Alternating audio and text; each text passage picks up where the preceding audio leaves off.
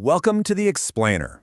We've got an absolutely crucial topic lined up today, and it's something we really don't talk about enough: protecting your peace. Think about it. We spend our entire lives building our world, right? We build relationships, we work hard, and we save up all our energy for those golden years. But what happens when the very people you've surrounded yourself with are the ones draining that hard-earned peace? Well, get ready, because this is going to fundamentally change how you view your relationships as you age. Okay, let's dive into this because it shatters a very common illusion. Growing up, we're constantly taught to fear strangers or scammers or the outside world as we get older. But what if the biggest threat to your well-being isn't a stranger at all? Today, we're exploring some profound, almost shocking insights from an 83-year-old former teacher from Mississippi named Ivory Mae Washington. She raised 6 kids, worked for 38 years, and had this stunning realization about who was actually stealing her final years. That realization just hits like a gut punch, doesn't it? Ivory realized her most dangerous emotional and physical threats were actually her own family and friends. After decades of doing the right thing, she made a firm choice. She was completely done smiling politely through the suffering. She decided to identify and cut out 5 specific types of people from her life, and she laid out exactly why you need to do the same thing. So our first archetype is Type 1, the manipulator, disguising toxicity as constant need. The thing about manipulators is they don't show up looking evil. Not at all. They arrive at your door with trembling voices. They're the ones bringing midnight crises. A broken-down car, a threatening landlord, electricity about to be cut off. Ivory experienced this firsthand with someone she'd loved since childhood. She actually gave this person her hard-earned savings from her teaching career, genuinely thinking she was solving emergencies. But then she realized something absolutely crucial. She wasn't helping at all. She was just feeding a cycle. The crisis never ended because the crisis was the entire structure of the relationship. And that quote right there brilliantly illustrates the turning point for Ivory.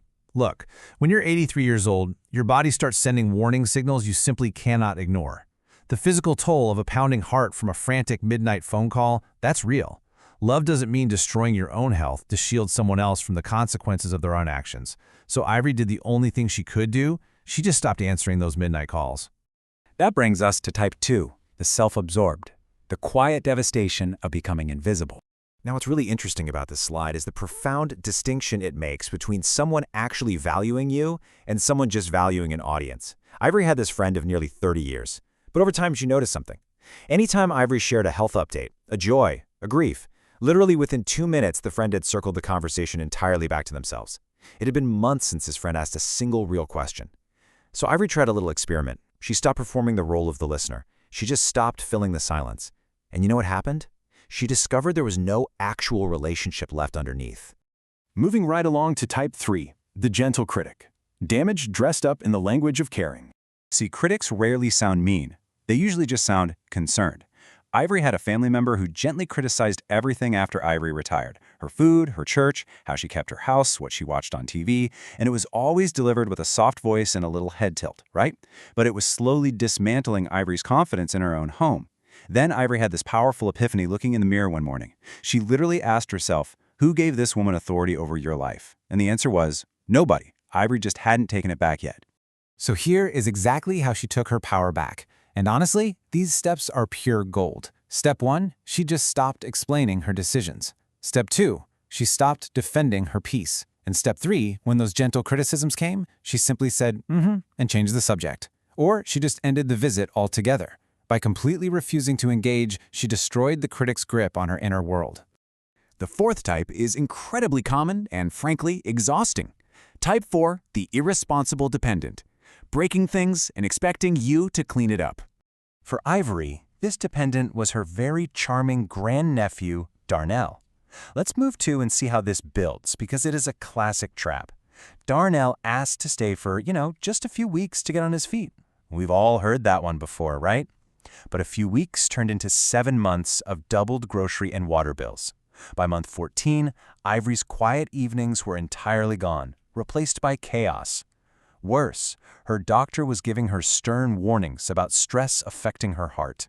The turning point finally happened when Ivory came home from that exact doctor's visit and found Darnell sound asleep on her good couch at 2 p.m., Crumbs on the cushions, dishes piled high in the sink. She had a massive realization right then and there. She had worked 38 years, she buried her husband, buried her parents. Why on earth was she spending her final years acting as a safety net instead of being respected as an elder? She realized the huge difference between helping someone through a hardship and enabling someone who has decided that hardship is now your problem to solve. So she finally took action. Step 1, she acknowledged her own lifetime of hard work and her right to rest. Step 2, she sat him down, as she put it, calm as a Sunday morning. Step 3, she issued a firm 30-day notice. And despite his best attempts to make her feel guilty, she stood her ground. When he finally left, she got her home back. And you want to hear the ultimate medical triumph? At her very next checkup, her doctor noted her blood pressure numbers had actually improved. And finally, we reach type 5, the chronically ungrateful. The slow, quiet wound of unappreciated sacrifice. Ivory tells this story about a woman in her church who complained about absolutely everything. The final straw, Ivory spent an entire Sunday cooking a massive dinner, and the woman's only comment was that the sweet potato pie wasn't as good as last time. Now, if you have ever spent all day baking a pie, you know for a fact those are fighting words. And it leads perfectly to this emotional gut punch. Resentment is what kindness becomes when it is never received. Ivory drove home feeling completely hollow. She realized she was pouring hours of energy and love into people who treated it like tap water, expected, unremarkable, and totally taken for granted. So she decided right then to only give her best to those who receive it with gratitude. Which brings us to the overarching resolution of Ivory's story, choosing peace over obligation. So the crucial point is this major shift in mindset. When we're young, we're sort of conditioned to believe that endurance is a virtue, that family ties mean you just have to absorb whatever damage comes your way. But elder wisdom teaches something entirely different. When you feel the weight of every passing year, you realize that peace is not a luxury, it is an absolute necessity. You are allowed to choose yourself. You are allowed to love people from a distance. Endurance is simply not a virtue when it costs you your health. Let's review these final, empowering rules for your own life. Protect your peace. Protect your health. Remember that compassion does not require giving someone unlimited access to you. And most importantly, if you have worked hard your whole life, you have earned the right to rest. Setting boundaries isn't selfish. It's a daily, intentional choice to protect your quiet mornings, your slow afternoons, and the little joys of simply being alive. I really want to leave you with this one question to deeply reflect on today. Look around at your inner circle. Are the people in your life protecting your peace, or are they destroying it? You have the power to choose who gets to stay. Thank you so much for joining me for this explainer. Protect your peace, and I can't wait to dive into our next topic with you.